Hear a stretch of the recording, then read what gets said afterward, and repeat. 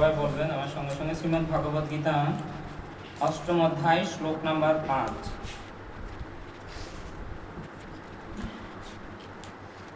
অন্তিকালে স মামেব সকলে বলবেন অন্তিকালে স মামেব মরণমুক্তা কলেবরম চ প্রয়াতি সমদ্ভাবম याति नस्तत्र न संशयः अन्त्यकाले स मामेव मरणमुक्ता कलेवरं य प्रयाति समद्भावं याति नस्तत्र संशयः। এটা সংস্কৃতে বলেছে, আমরা হয়তো অনেকে বুঝতে পারিনি, তো এটা বাংলা অনুবাদ সবাই বলবেন আমার পিছে পিছে। মৃত্যুর সময়ে যিনি আমাকে স্মরণ করে দেহ ত্যাগ করেন তিনি তৎক্ষণাৎ আমার ভাবে প্রাপ্ত হন, এই বিষয়ে কোনো সন্দেহ নেই। কে বলছেন? পরমেশ্বর ভগবান শ্রীকৃষ্ণ অর্জুনকে বলছেন যে, হে অর্জুন, মৃত্যুর সময়ে যদি কেউ আমার কথা চিন্তা করতে করতে যদি দেহ রাখে তাহলে তিনি আমার ধাম প্রাপ্ত হবেন, এতে কোনো সন্দেহ নেই, সংশয় নেই। ভগবান স্বয়ং এটা কি করছেন? ঘোষণা করছেন। ভগবান স্বয়ং এটা প্রতিজ্ঞাবদ্ধ হচ্ছেন যে কেউ যদি অন্তিম সময়ে আমার নাম স্মরণ করে বা কৃষ্ণ বিষয়ে যে কোনো কিছু যদি স্মরণ করে তিনি দেহ রাখেন তাহলে তিনি কোথায় যাবেন? ভগবানের ধাম প্রাপ্ত হবেন, এই বিষয়ে কোনো সন্দেহ নেই। তো এটা তো আমরা 2 লাইন মাত্র শুনলাম। তো এই জিনিসটা যে অন্তিম সময়ে এরকম ভাবনাটা আসার জন্য আমাদেরকে হোল লাইফ কি করতে লাগে, কি করলে আমরা ওই জিনিসটা মৃত্যুর সময় আমাদের আসবে। এখন কেউ যদি সারা জীবন বদমাশি করলো, চুরি ডাকাতি করলো, বা কেউ অবৈধভাবে তার জীবনটাকে মেনটেন করলো, হ্যাঁ, বা কেউ বা বিভিন্ন পরিবেশে তার জীবনটা কিন্তু কৃষ্ণমুখী ছিল না, তো ওই ব্যক্তি কি মৃত্যুর সময় কৃষ্ণকে স্মরণ করতে পারবে বা কৃষ্ণের নাম আসবে? পসিবল হবে? এটা সম্ভব হবে? কোনো হবে না। কেন? কারণ তিনি যেই ভাবে জীবনটা মেনটেন করেছেন বা কাটিয়েছেন সেখানে কৃষ্ণ বলা কোনো কিছু ছিল না। তো তার জন্য তিনি যেইগুলো অ্যাক্টিভিটি করেছেন ওই জিনিসগুলো ওনার তখন কি আসবে? মৃত্যুর সময় আসবে। যেরকম ওই জিনিসগুলা হয়তো কেউ বিভিন্ন ধরনের বিজনেসম্যান ছিল, অনেক সময় মারোয়ারি বিভিন্ন ফ্যামিলিতে দেখা যায় বা অন্যান্য সম্প্রদায়ের রয়েছে। তো কি হয়, হয়তো ওনাদের বিজনেস ছিল, তো সন্তানেরা যখন উপযুক্ত হলো সন্তানদেরকে বিজনেস বুঝিয়ে দিয়ে বাবা এখন একটু রিটায়ার নিল, কিন্তু বাবা যদিও আগের মতো হিসাব নিকাশ দেখে না, কিন্তু উনি কি করবেন? দিনের মধ্যে একটা সময় গিয়ে ওনার ঘরোয়া কাজটা শেষ করে ওখানে গিয়ে দোকানে গিয়ে বসে থাকবেন, কিছু করবেন। কেন? কারণ উনি সারা জীবন এটা যে করে আসছেন একটা বাল্য অবস্থা থেকে বা ওনার যৌবন অবস্থা থেকে যে করে আসছেন, এটা একটা হ্যাবিট হয়ে গেছে। তার জন্য এটা কি করতে পারছেন? এখন ছেলেদেরকে বুঝিয়ে দিয়েছেন দায়িত্ব, কিন্তু সেই যে একটা আসক্তি দোকানের প্রতি সেটা তিনি ছাড়তে পারেন। তো এই ধরনের যখন কেউ থাকবেন তখন উনি মৃত্যুর সময় কি চিন্তা আসবে? ওই দোকানের কথাই চিন্তা আসবে, কারণ ওনার দোকানের প্রতি অনেক। তো সেই রকম ভাবে এটা হচ্ছে একটা জাগতিক চিন্তাধারা, যারা ওইরকম ভাবে দেওয়া, তো ইনি কৃষ্ণ চিন্তা আসা খুবই অসম্ভব। কিন্তু কেউ যদি সারা জীবন বিজনেসও করেছেন কিন্তু সঙ্গে সঙ্গে ব্যালেন্স মেনটেন করে কৃষ্ণের ভক্তিও করেছেন, যেরকম রেল গাড়িতে আমরা 2টা রেল গাড়ি যে চলে তার 2টা কি আছে? বিটস আছে না? সেই 2 বিটের উপর দিয়ে রেল গাড়িটা চলে, এরকম না যে একটা বিটের দিয়ে রেল গাড়ি চলবে। তো আমার জীবনটাও সেরকম একটা রেল গাড়ির সঙ্গে আমরা ভাবতে পারি। তো তত শুধু কর্ম করলেই আমাদের জীবনটা কি হবে না? সঠিক রাস্তায় যাবে না। অন্তিমই যেটা আমাদের লক্ষ্য সেটা আমরা কখনো প্রাপ্ত হতে পারবো না। এই জন্য আমাদেরও যেরকম রেল গাড়িতে 2টা বিট রয়েছে, তদ্রুপ আমাদেরও কর্ম করতে হবে, পাশাপাশি ধর্ম করতে হবে। হয়তো অনেক সময় অনেকে আমরা বলতে শুনি যে কর্মটাই ধর্ম, কিন্তু কর্মটা ধর্ম তখনই রূপান্তরিত হবে যখন আপনি সেটাকে ভগবান কৃষ্ণের সঙ্গে যুক্ত করবেন। তবে সেটা ধর্মতে রূপান্তরিত। কিন্তু শুধু আমি নিজের লাইফ মেনটেন করার জন্য বা আমার সঙ্গে আমার যারা স্ত্রী পুত্র সংসারকে মেনটেন করার জন্য যদি শুধু আমি সেই কর্মের উদ্দেশ্য হয়, থাকা খাওয়া পড়া এই সমস্ত যদি উদ্দেশ্য হয়, তাহলে কি হবে না, সেটা ধর্ম হবে না, সেটা শুধু কর্মই থেকে যাবে। আর সেই কর্মতে শুধু আপনি হয়তো কিছু অর্থ উপার্জন করতে পারবেন, সেই অর্থ দিয়ে খাবেন দাবেন বাস এতটুকুই, কিন্তু সেখান থেকে ধর্মের কোনো বেনিফিট আপনাকে প্রাপ্ত হতে পারবে না।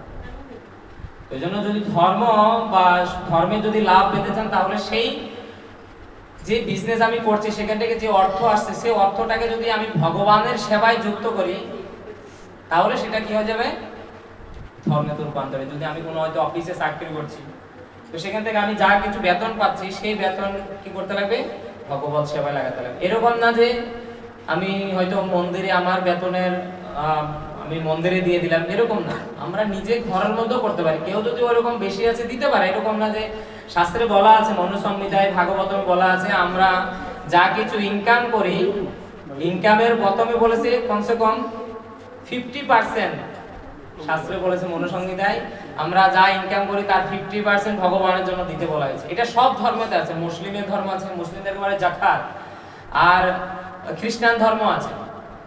সব ধর্ম এই আমরা যা কিছু ইনকাম করি সেই ইনকামের অর্ধেক পয়সা ভগবানের জন্য দেওয়ার জন্য বলা আছে। কিন্তু এখন কলিযুগে দেখা যাচ্ছে এটা কেউ মেনটেন করবে না, তার জন্য এটাকে আবার করা হয়েছে। বলছে ঠিক আছে 50% না দিলেও 50% আধা ভগবানকে, মানে 25% যেন ভগবানকে আমরা দিই। আর বলছে যখন আমরা ভগবানকে দান করব, আমি যা ইনকাম করছি সেখান থেকে সেই অর্থ যখন ভগবানকে আমি দান রূপে দিই, তখন সেটা কি হয়ে যায়, ধর্ম হচ্ছে আমার সেই কর্মটা, পুরা কর্মটা কি ধর্মতে রূপান্তরিত হচ্ছে এবং আমার অর্থটা পরিশুদ্ধ হচ্ছে। বলছে না হলে আপনি কষ্ট করে ধন উপার্জন, সেটা কিন্তু পবিত্র শুদ্ধ থাকে না সেই ধন। কিন্তু যখন আপনি ভগবানের সেবায় যখন ধনকে ব্যবহার করবেন, তখন সেই পুরা ধনটা খেয়ে যাবে, শুদ্ধ হয়ে যাবে, পবিত্র হয়ে যাবে।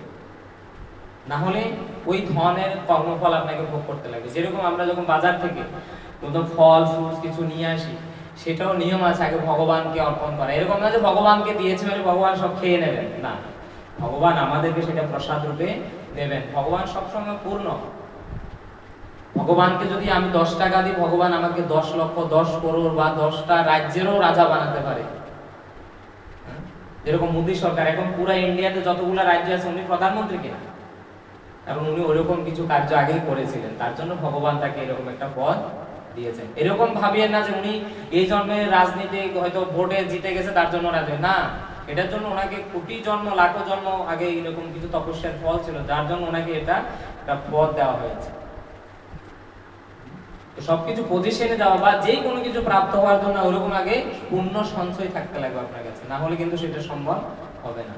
আর সেটা তখনই হবে যদি আমি ভগবানের সঙ্গে আমার কর্মগুলোকে কানেকশন করি। আর এরকম ভাবে যদি আমি লাইফটাকে মেনটেন করে করে করে করে অন্তিম সময়ে গিয়ে আমি পৌঁছবো, কর্ম এবং ধর্ম দুটার ব্যালেন্স যদি আমি ভালো করে করতে পারি, তাহলে অন্তিম সময়ে সেই ব্যক্তি ভগবত স্মরণ আসবে। বলছে আর যদি এই ধরনের ব্যক্তি কোনো কারণবশত, হয়তো কেউ প্রশ্ন করতে পারে, প্রভু আমরা দেখি যে এরকম অনেক ব্যক্তি ছিল যে পুরা জীবন তিনি কর্মের পাশাপাশি ধর্ম করেছেন, কিন্তু অন্তিম সময় দেখা গেল তিনি কি হয়ে গেলেন, বিছনায় পড়ে গেলেন, কুমাতে চলে গেছে, তখন তো ভগবানের নামও নিতে পারলো না, কে বলছে শুনেছে কিনা তাও ঠিক নেই। সে ব্যক্তি কি হবে, ভগবান বলেছেন কেউ যদি পুরা জীবন এরকম ভাবে তার ধর্মের সঙ্গে কানেকশন থেকে তার জীবনটাকে যদি তিনি কি করেন, মেনটেন করেন, তাহলে অন্তিম সময়ে কোনো কারণবশত তিনি যদি শারীরিক অসুস্থতার কারণে নিতে নাও পারেন, ভগবান বলছে যে তার জন্য কোনো ভয় নাই। কেন বলছে, কপাদি বাতেন দোষেন, যদি কপ পিত্ত বায়ুর দ্বারা তখন মৃত্যুর সময় আমাদের কথা বলতে পারে না। অনেক সময় দেখে না স্বপ্নের মধ্যে মানুষে দেখে, মানে সেই কাউকে ডাকে, তাকে কে মারছে বা কোনো বাঘ এসে তাকে খেয়ে ফেলছে বা কোথাও থেকে পড়ে যাচ্ছে বা কেউ তাকে গুলি দিয়ে মারার জন্য আসে, তখন কাউকে ডাকছে কিন্তু তার ডাক কেউ শুনে না। বুঝতে পারছেন? তার ডাকে সে সবাইকে ডাকছে জোর ঠিক আছে, কিন্তু কেউ সে দেখছে যে কেউ তার ডাক শুনছে। এরকম মৃত্যুর সময়ও হৃদয় থেকে সে সবাইকে কিছু না কিছু বলতে চাইতেছে, কিন্তু কেন তার মুখ দিয়ে তখন আর কথা, কফ পিত্ত বায়ু এগুলা সব আনব্যালেন্স হয়ে গেছে। আর এগুলোর জন্য আমাদের আজকে শারীরিক বিভিন্ন ধরনের রোগ ব্যাধিগুলো হয়, এই জন্য আমরা খাওয়া দাওয়া উল্টাপাল্টা খাচ্ছি, তার জন্য বিভিন্ন ধরনের এগুলা তখন শরীরের মধ্যে রোগ ব্যাধিগুলো সৃষ্টি হয়। ওই জন্য আর মৃত্যুর সময় যখন বার্ধক্য আসে তখন এগুলা পুরা পূর্ণরূপে কি হয়ে যায়, কন্ট্রোল, এগুলো কন্ট্রোলে থাকে না। আর তখন মানুষ কফ পিত্ত বায়ুর দ্বারা শ্বাস প্রশ্বাস নিতে পারে না, কথা বলতে চাইলে কথা বলতে পারে না, মানে হৃদয় মানে পুরো হার্ট বন্ধ, ব্লক হয়ে যায়। তো তিনি অনেক কিছু বলতে চাইছেন কিন্তু বলতে, তো বলছে এরকম যদি কেউ থাকেন, ভগবান বলছে তাও কোনো কি নেই, চিন্তা নেই। অহং স্মরামি মদ্ভক্তা দয়ামেম পরমাং গতি, বলছে আমি সেই ভক্তকে বা সেই ব্যক্তিকে কি করে দিই, হৃদয় থেকে আমার নাম স্মরণ করে দিই, আর তখন সে পরম গতি প্রাপ্ত হতে ভগবান স্বয়ং বলছে, যে জন্য কোনো চিন্তা নেই। কারণ কেন, তিনি সারা জীবন ভগবানের এরকম সঙ্গে থেকে তিনি লাইফটাকে কাটিয়েছেন। শিল প্রভুপাদ এখানে তাৎপর্যের মধ্যে বলেছেন এই শ্লোকের, শিল প্রভুপাদ বলেছেন এই শ্লোকে কৃষ্ণ ভাবনামৃতের গুরুত্ব আরোপ করা হয়েছে। কৃষ্ণ ভাবনাম ভাবিত এই দেহ ত্যাগ করলে তৎক্ষণাৎ ভগবদ্ধামে প্রবেশ করা যায়। পরমেশ্বর ভগবান সকল শুদ্ধ সত্তার মধ্যে শুদ্ধতম, ভগবান হচ্ছে সব থেকে পবিত্র। গরুর পুরাণে একটা শ্লোকে বলা হয়েছে এটাকে মন্ত্রস্থান। অনেক সময় কেউ হয়তো স্নান করতে সুবিধা পায় না, তো অনেক ধরনের শাস্ত্রে স্থানের কথা বলা হয়েছে, মন্ত্রের স্থান, ধুলি স্থান, গঙ্গা স্থান, এরকম মানসিক স্থান, এরকম কিছু স্থান পদ্ধতি রয়েছে। তো গরুর পুরাণের একটা শ্লোকে বলা হয়েছে ওম অপবিত্র পবিত্র বা সর্বাবস্থগত বিবা ইয়াস্মরা কুণ্ডলিকাক্ষম সবাইয়াভ্যন্তরং শুচি। তো কোনো কারণবশত হয়তো আপনি বাইরে থেকে এসেছেন, তখন আপনার হয়তো ভগবানের সেবা করবেন বা সন্ধ্যা দেবেন, তখন আপনার হয়তো স্নান করার সময় নেই, তখন হাতের মধ্যে এরকম আচমন করে হাতে জল নিয়ে এই মন্ত্র পাঠ করে শরীরে দিয়ে দিলে তখন এটা মন্ত্র স্নান হয়ে যায়। এরকম ভাবে অনেক সময় হয়তো সাধুরা দেখা যায় স্নান করেছে, হয়তো কিছুক্ষণ হয়তো বাইরে কিছু আনতে গিয়েছে বা কোনো একটা কারণবশত মন্দিরের বাইরে গিয়েছে, অল্প সময় অল্প জায়গায় হাঁটতে গেছে, তো তখন তো ওই সময় এসে হয়তো গর্ভ মন্দিরে ভগবানের সেবা করা যাবে, তো ওই সময় স্নান করার তো সময় নেই, তখন এরকম কিছু স্নান পদ্ধতি ব্যবহার করার জন্য বলা হয়েছে, যার মাধ্যমে আমাদের কি হয়, বলছে অপবিত্র পবিত্র বা কেউ যদি অপবিত্র অবস্থায় থাকে, ভগবান যখন শ্রীকৃষ্ণের যখন নাম পুণ্ডরীকাক্ষ ভগবানের নাম যখন কেউ নেয়, তখন সেই অপবিত্র ব্যক্তি কি হয়ে যায়, পবিত্র হয়ে যায়। অনেক সময় অনেকে আমাদেরকে বলে প্রভু, তো অনেকে আমাদের অনেক ভক্তরা হয়তো আগে থেকে হয়তো এখনো পূর্ণরূপে ভক্ত হয়নি, মালা জপ করা শুরু করেছে, গীতা পাঠ করা শুরু করেছে, হয়তো কারো এরকম অনেক মাতাজির বাচ্চা হয়, বা কেউ হয়তো যেরকম মায়েদের মাসিক ধর্ম হয়তো বলছে এই সময় কি মালা জপ করা যায়, যে হ্যাঁ এই সময়ে ভগবানের সেই পবিত্র নাম নেওয়া যায়। ভগবানের নাম এত পবিত্র, এই জড়জগতের কোনো অপবিত্র তাকে কি করতে পারে না, গ্রাস করতে। ভগবান সব সময়, ওই জন্য বলছে অপবিত্র পবিত্র বা, তুমি যতই অপবিত্র থাকো আর পবিত্র কোনো এটা ইয়ার হয় না,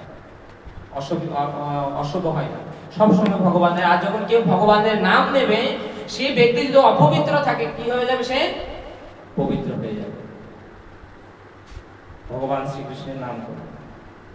কারণ ভগবান হচ্ছে সব থেকে শুদ্ধ থেকে শুদ্ধতম, সুতরাং নিরন্তর কৃষ্ণ ভাবনাময়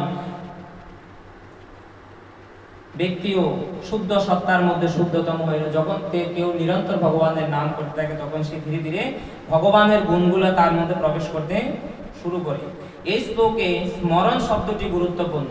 যে সমস্ত জীবেরা অশুদ্ধ, যারা কখনো ভগবত ব্যক্তি করেনি, তাদের পক্ষে ভগবানকে স্মরণ করা খুবই কঠিন।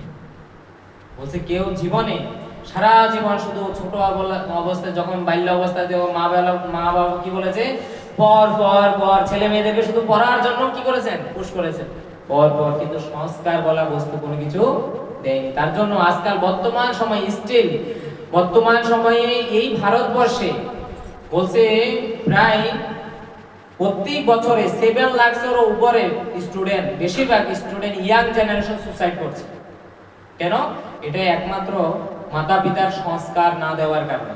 কারণ তাদেরকে শুধু ছোটবেলা থেকে পড়ালেখা শিখেছে, আর এর জন্য ওনারও দায়িত্ব রয়েছেন, এবং তার পিছনে তারা সংস্কার না পাওয়ার ফলে মাতা পিতারও ফ্যামিলিগতভাবে অনেক কষ্ট পাচ্ছে। এখন নিজের সন্তান কার কাছে গিয়ে সেই তার কথাগুলো বলবে, তার দোষগুলো বলবে,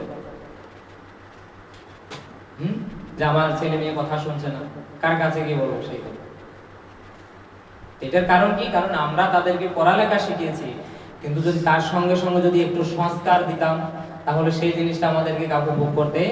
এরকম অনেক মাতা পিতা আছে, আমাদের মন্দিরেও যায়, এরকম অনেক সময় আমাদের সঙ্গে শেয়ার করে যে প্রভু দেখেন আমার ছেলেটাকে একটু বুঝান, কথা শুনে না, কেবল হয়তো মেয়েটাকে কথা শুনে না। আর এরকম তারা অনেক ছেলে মেয়েরাও জীবনে এরকম কিছু ভুল করেছে, যেগুলো মাতা পিতা বন্ধু বান্ধবের কাছে শেয়ার করতে পারছেন, আমাদের সঙ্গে এসে শেয়ার করছে যে প্রভু দেখেন এখন এরকম কিভাবে আমি নিজেকে রক্ষা করবো।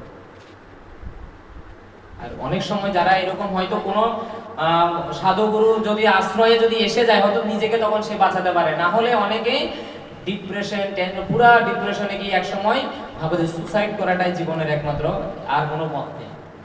আইআইটির মতো বড় বড় কলেজ ইউনিভার্সিটিতে পর্যন্ত স্টুডেন্টরা কি করছেন? সুসাইড করছে। তার কারণ কি? কারণ সংস্কারের অভাব। তাদেরকে আমরা শুধু ছোটবেলা থেকে পর পর পর পর পড়ালেখার মধ্যে এত বিজি রেখেছি, আর পরে পরে তারা এত পড়া শিক্ষিত হয়ে গেছে, এখন যে মাতা পিতা তাকে কথা বলতে শিখেছে তাদেরকে বলে তোমরা চুপ থাকো, তাদের উপর দিয়ে তারা কথা বলে। সেই মাতা, আর তখন তারা দুঃখ পায়, মাতা পিতা দুঃখ পায় কিনা তখন এরকম যখন সন্তান মুখের উপরে কিছু বলে দেয়। এই দুঃখের কারণ কেন? এটার হচ্ছে যে গোড়াতে আমরা গলদ করেছিলাম। যদি আমরা ফাউন্ডেশনটা, বেসটা যদি ঘরের যেরকম, যদি আপনি 3 তলা ঘর বানান, সেই ঘরের যদি ফাউন্ডেশন আপনি যদি না ঠিক মতে, ভূকম্প আসলে যে কোনো সময় ঘরটা নষ্ট হয়ে যাবে। তো তদ্রূপ জীবনের শুরুতে যদি ছেলে মেয়েদেরকে আমরা ভালোভাবে সংস্কার যদি না দিই, তাহলে অন্তিমে এসে আমাদেরকে এরকম কিছু ভূকম্পের মতো কিছু প্রকৃতির শিকার আমাদেরকে হতে হবে, যার মাধ্যমে আমরা অনেক দুঃখী হব। ভারতবর্ষ এরকম একটা ভূমি, যেখানের মধ্যে অনেক সংস্কার বলা বস্তু রয়েছে, অন্যান্য পৃথিবীর অন্যান্য জায়গাতে নেই, কিন্তু ইন্ডিয়াতে একমাত্র রয়েছে সংস্কার বলা কিছু বস্তু। কিন্তু সেই সংস্কারগুলো যদি আমরা ভুলে যাই, আমরা নিজেরাই যদি ভুলে যাই, মাতা পিতারা, আমরা সন্তানদের কিভাবে দেব? আর সন্তানদেরকে না দিলে ভবিষ্যৎ প্রজন্ম কিরকম হবে, আর তাদের নেক্সট জেনারেশন কিরকম হবে? তার জন্য বর্তমান সময়ে আমাদের পৃথিবীতে প্রায় 800 কোটি মানুষ আছে। তার মধ্যে বলছে 42% হচ্ছেন খ্রিস্টান, আর প্রায় 22% হচ্ছেন মুসলিম। আর হিন্দুরা কত জানেন? আগে শুধু একটাই সনাতন ধর্ম ছিল, আর আমরা সংস্কার না দিতে আমাদের ধর্মে এত অধঃপতনে চলে গেছে, এত নিচে চলে আসছে, এখন মাত্র 16% সনাতন ধর্মী রয়েছে পৃথিবীতে। তার কারণ কি? কারণ আমরা অনেক শিক্ষাগত অনেক যোগ্যতা আমাদের রয়েছে, অনেক পড়ালেখা, আমরা এমটেক বিটেক অনেক ডিগ্রি আমরা হাসিল করেছি, কিন্তু কোনোদিন আমাদেরকে এই গীতা পড়ার জন্য আমাদের মা বাবা বলেনি, বা আমরাও কখনো, ঠিক আছে ছোটবেলায় মা বাবা বলেনি, আমরা তো জীবনের অনেক কিছু দেখেছি, অনেক কিছু আমরা শিখে গেছি, কখনো তো নিজেও ইচ্ছা করে খুলে বসিনি না চলো আজকে গিয়ে আমাদের যে মানব জীবনে যেটা ম্যানুয়াল, যেটা ভগবত গীতা, চলো একটু পড়ি, দেখি কি আছে এখানে। মানব জীবনের ম্যানুয়াল বলা হয়েছে, যেরকম গাড়ি সম্বন্ধে ম্যানুয়াল থাকে, সেখানে গাড়ি সম্বন্ধে কিভাবে আমরা গাড়িটাকে মেনটেন করলে ভালোভাবে চলবে, তাড়াতাড়ি নষ্ট হবে না। একটা মোবাইল চালাতে গেলে সেখানে ম্যানুয়াল দেখি, একটা টিভি ঘরে নিয়ে আসলে সেটার ম্যানুয়াল দেখে আমরা দেখি যেন টিভিটা তাড়াতাড়ি নষ্ট নয়। তদ্রূপ আমাদের জীবনে যে বিভিন্ন ধরনের অসুবিধা, বিভিন্ন দুঃখগুলো আসছে, বিভিন্ন ধরনের সমস্যা, এগুলো কেন আসছে? একবার তো মনকে বলতে লাগে না চলো একবার ভগবত গীতার রূপে ম্যানুয়ালটা একবার পড়ে দেখি সেখানে কি বলছে ভগবান। তো সেই সময়টুকু আমাদের নাই। তার জন্য আমরা এই পুণ্যভূমি ভারত মাতার গর্ভে আমরা জন্মগ্রহণ করার পরও, যেখানে ঋষি মুনি পরমেশ্বর ভগবানের সমস্ত অবতারগণ যেখানে আবির্ভাব হয়েছেন, বলছে ভারত ভূমিতে হইল মনুষ্য জন্ম যার, বলছে যে ভারত ভূমিতে যার জন্ম হয়েছে তার মতো পুণ্যবান ব্যক্তি এই জগতে কোথাও আর নেই। কিন্তু আমরা আবার সব থেকে দুর্ভাগা, কেন এত পুণ্য পাওয়ার পরও সেই জিনিসগুলো আমরা কালেকশন করতে পারিনি জীবনে। তার জন্য আমরা সব থেকে দুর্ভাগা। কেন? কোথাও কেউ একজন বলছিল যার এই একজন ব্যক্তি মারা গিয়েছে, কেন মারা গেছে, কিভাবে মারা গেল? বলছে জলের পিপাসায় মারা গিয়েছে। কেন? তো সকালে ওখানে সবাই গেল তাকে দেখতে, তো তো দেখেছে যে ব্যক্তিটা ওখানে মরে আছে তার চারিদিকে চতুর্দিকে জল, চতুর্দিকে কি রয়েছে, প্রচুর পরিমাণে জল রয়েছে, কিন্তু সে জল পিপাসা মারা গেল কেন? তো বলছে সেই হচ্ছে প্রকৃত দুর্ভাগা ব্যক্তি, যার সমস্ত ফ্যাসিলিটি থাকার পরও সে জীবনে এগুলাকে কি করতে পারলো না, আপনাতে পারলো না। তো তার মতো দুর্ভাগ্যবান আর কেউ। তো আমরা এই ভারত মায়ের যে গর্ভে, যেখানে সাধু সন্ত মুনি ঋষি পরমেশ্বর ভগবান সকলের অবতার এখানে রয়েছে, ধর্মের সমস্ত সুব্যবস্থা রয়েছে, সবাই আমাকে এসে বলছে গীতা পড়ো, ভাগবত পড়ো, ভগবানের নাম করো, কিন্তু তারপর আমি সেই সুবিধাটা গ্রহণ করছি না। এটা হচ্ছে একটা বড় দুর্ভাগ্যের বিষয়। বলছে সন্তান আছে, সন্তান নাই নাই না থাকা ভালো, কিন্তু আছে সন্তান, কিন্তু মা বলে ডাকে না, বাবা বলে ডাকে না। বলতে তার মতো দুর্ভাগ্যবান আর কেউ নাই। না থাকা একটা ভালো, ঠিক আছে, নাই সন্তুষ্টি মনকে দিতে পারবে, কিন্তু আছে সেই সন্তান আপনাকে বাবা মা বলে ডাকছে না, দুঃখ হবে কিনা? অবশ্যই। এরকম ভূমিতে আমরা যেখানে জন্মগ্রহণ করেছি, কিন্তু সেখানে সমস্ত সুবিধা রয়েছে, কিন্তু সেই সুবিধাগুলো আমরা নিচ্ছি না, বা আমরা সন্তানদেরকেও দিচ্ছি না। ওই জন্য যদি আমি নিজে আগে যদি ধর্মের আচরণগুলো নিজের জীবনে পালন না করি, তাহলে আমি সন্তানদেরকেও কখনো দিতে পারবো না। বলছে যদি খাওয়া আর ঘুমানো, বংশবৃদ্ধি করা, আর একসময় মরে যাওয়ার জন্য মানে কি নিজেকে কিভাবে রক্ষা করবো, বলছে এরকম ভাবে যদি আমরা শুধু লাইফকে মেনটেন করি, তো এটাকে শাস্ত্রে বলেছে এটা একটা পশুর জীবনের মতো। মহাভারতে বলেছে, এটা আমরা বলছি না বা ইসকনও বলছে না, এটা শাস্ত্রে মহাভারতে বলছে, আহার নিদ্রা ভয় মৈথুনাঞ্চ সামান্যম এতৎ পশুবিয় নারীণাম। বলছে শুধু যে খাওয়ার উপরে, খাওয়ার জন্য তার লাইফটাকে ইয়ে করছেন, আর ঘুমানোর জন্য শুধু লাইফটাকে কাটাচ্ছেন, আর বংশবৃদ্ধি করার জন্য শুধু লাইফটাকে মেনটেন করছেন, আর নিজেকে রক্ষা করার জন্য কিভাবে নিজেকে সেফ রাখা যায় মৃত্যু থেকে, কিন্তু মৃত্যু তো একদিন আসবে। এই যে চারটা বৈশিষ্ট্য বলছে এটা পশুদের মধ্যে রয়েছে, পশুরাও খাচ্ছে, ঘুমাচ্ছে, তারাও বংশবৃদ্ধি করছে, তারাও নিজেকে রক্ষা করছে। এই চারটা বৈশিষ্ট্য সমান, কিন্তু মানুষকে শ্রেষ্ঠ জাতি বলা হয়েছে কেন? আহার নিদ্রা ভয় মৈথুনাঞ্চ সামান্য মেতৎ পশুবিয় নারীণাম ধর্মহি অধিক বিশেষ ধর্মহীনা মানুষ পশুবিয় সমানা। বলছি একটা বিশেষ কার্য সেখানে রয়েছে, সেটা কি? ধর্মহি অধিক বিশেষ, একটা অধিক কি কার্য রয়েছে, সেটা হচ্ছে ধর্ম। সেটা পশু কোনোদিন করতে হবে। পশুর সামনে যদি আপনি গীতা পড়তে দেন, কি করবে? পড়বে? ছিঁড়ে ফেলে দেবে বা কামড়াবে মুখ দিয়ে, এটা ছিঁড়ে ফেলে দেবে। কিন্তু একজন মানুষকে দিলে সে যদি ভদ্র মানুষ, সেটা খুলে পড়বে না, দেখি এখানে কি আছে। তো একমাত্র মানুষই ধর্মকর্ম করতে পারে, কিন্তু পশু করতে পারে না। আর যেদিন থেকে আমাদের জীবনে যে আমি কে, ভগবান কে, ভগবানের সঙ্গে আমাদের কি সম্বন্ধ রয়েছে, কেন আমরা এই পৃথিবীতে এত দুঃখ পাচ্ছি, আমি তো দুঃখ পাতে চাই না, মৃত্যুর পরে আমরা কোথায় যাব, এই ধরনের যে কিছু যদি প্রশ্ন আছে, বলছে ওই দিন থেকে প্রকৃত মনুষ্য জীবন আমাদেরকে শুরু হয়। না হলে শুধু খাওয়া দাওয়া, ঘুমানো, বংশ বিস্তার করা, এটা মনুষ্য লাইফ, এটা পশু সমাজও রয়েছে, কিন্তু ধর্মই অধিক বিশেষ। ধর্ম করা একটা মানুষ করতে পারে, কিন্তু অন্যরা করতে। তো ধর্মটা করার অনেকগুলো নিয়ম রয়েছে, সিস্টেম রয়েছে, সেই সিস্টেমগুলো আমাদেরকে অবশ্যই ফলো করার দরকার। তার জন্য ভগবান বলেছেন, দেহা বিক্রমণা শাস্তি পত্যবায় নবিদ্যাতে স্বল্পমপীশ ধর্ম সূত্রায়ত মহাদুভয়ান।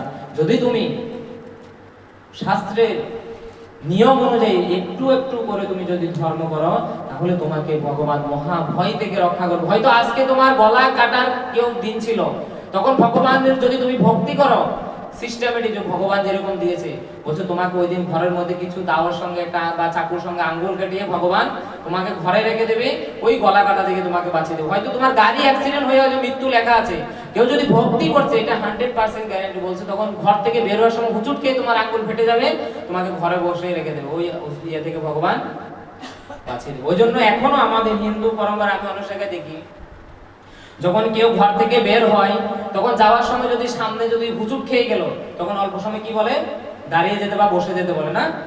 বলে কিনা? কেন? তার সেই সামনে হয়তো কোনো না কোনো একটা বাধা বা বিপদ আছে, তার জন্য তাকে অল্প সময় অবসর নিতে বলে।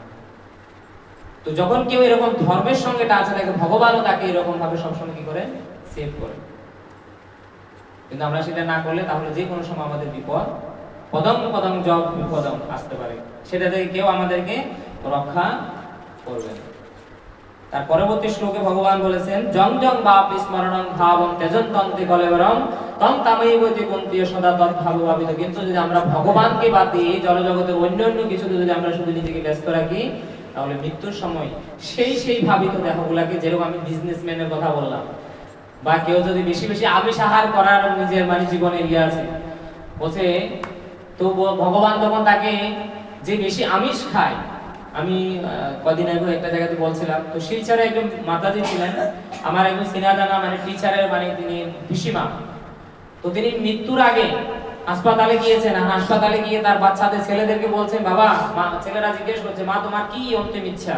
তখন মা বলছে, বাবা আমার একদম কচি কচি মুরগির মাংস দিয়ে বিরিয়ানি খেতে ইচ্ছা। হ্যাঁ, অনেকে জিজ্ঞাসা করেন এরকম।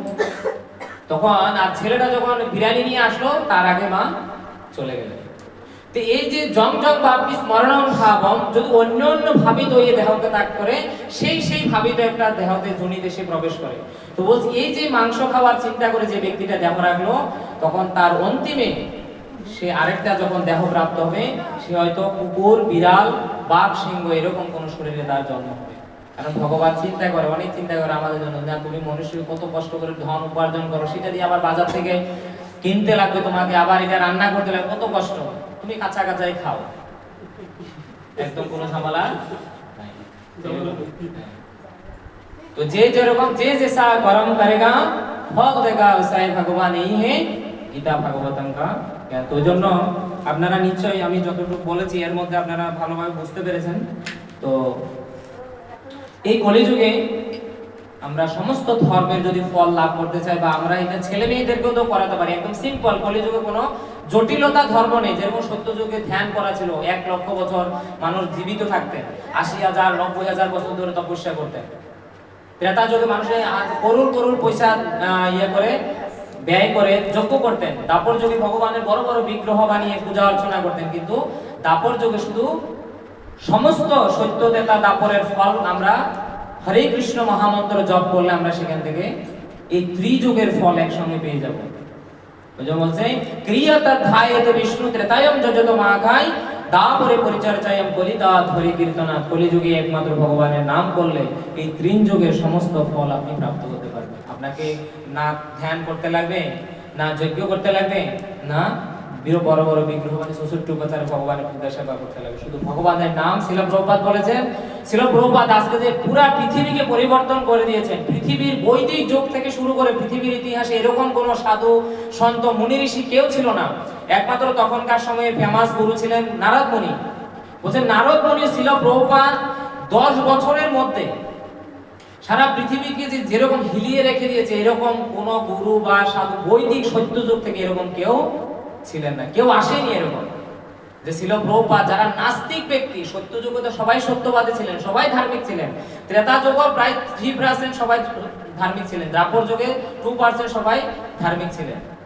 কলিযুগে 1% মাত্র সত্যটা আছে ধার্মিক। আর সারা পৃথিবী এরকম একটা, যে আমেরিকা, লন্ডন, পাশ্চাত্য দেশগুলো যারা ভগবানকে মানে না, সেই জায়গাতে সেই ব্যক্তিদের হৃদয়ে ভক্তির বীজ বপন করেছিল প্রভুপাদ, তাদেরকে পরিবর্তন করে দেন। আর সেটার মূল আধার কি ছিল? এই শ্রীমদ্ ভগবদ গীতা আর হচ্ছে ভগবানের নাম। হরে কৃষ্ণ মহামন্ত্র, হরে কৃষ্ণ কৃষ্ণ কৃষ্ণ হরে হরে, হরে রাম রাম রাম হরে হরে। শিল প্রভুপাদ তার জন্য বলেছেন যে তোমরা যদি সকলে জীবনে সুখী হতে চাও, রিড ভগবদ গীতা, সেন্ড হরে কৃষ্ণ মহামন্ত্র এন্ড বি হ্যাপি। সকলে, একজন ছোট বাচ্চা থেকে যে জানে কথা বলতে, সেই ব্যক্তি থেকে একদম মৃত্যু পথে যাতে সবাই এই হরিনাম করার সুযোগ লাভ করতে পারে। এটার জন্য কোনো আসন, প্রাণায়াম, ধ্যান, ধারণা আদি সমাধি এগুলো কিছু দরকার নেই। যেখানে শুয়ে আছে শুয়ে শুয়ে করতে পারে। কেউ যদি অসুস্থতার কারণে বসতে করে পাচ্ছে না, যে কোনো ভাবে, হয়তো কেউ স্নান করতে পারছে না সকাল উঠে, কোনো অসুবিধা নেই, সর্ব পরিস্থিতিতে ভগবানের নাম নেওয়া যায়। আর ভগবদ গীতা ডেইলি একটা শ্লোক, একটা মালা আপনারা করবেন। আজকে তো আপনাদের সকলের কাছে অনুরোধ, আমরা ইসকন গুয়াহাটি মন্দির থেকে এসেছি উলুবাড়ি। তো আপনারা যদি সময় থাকে আপনারা সানডে ওখানে আসতে পারেন।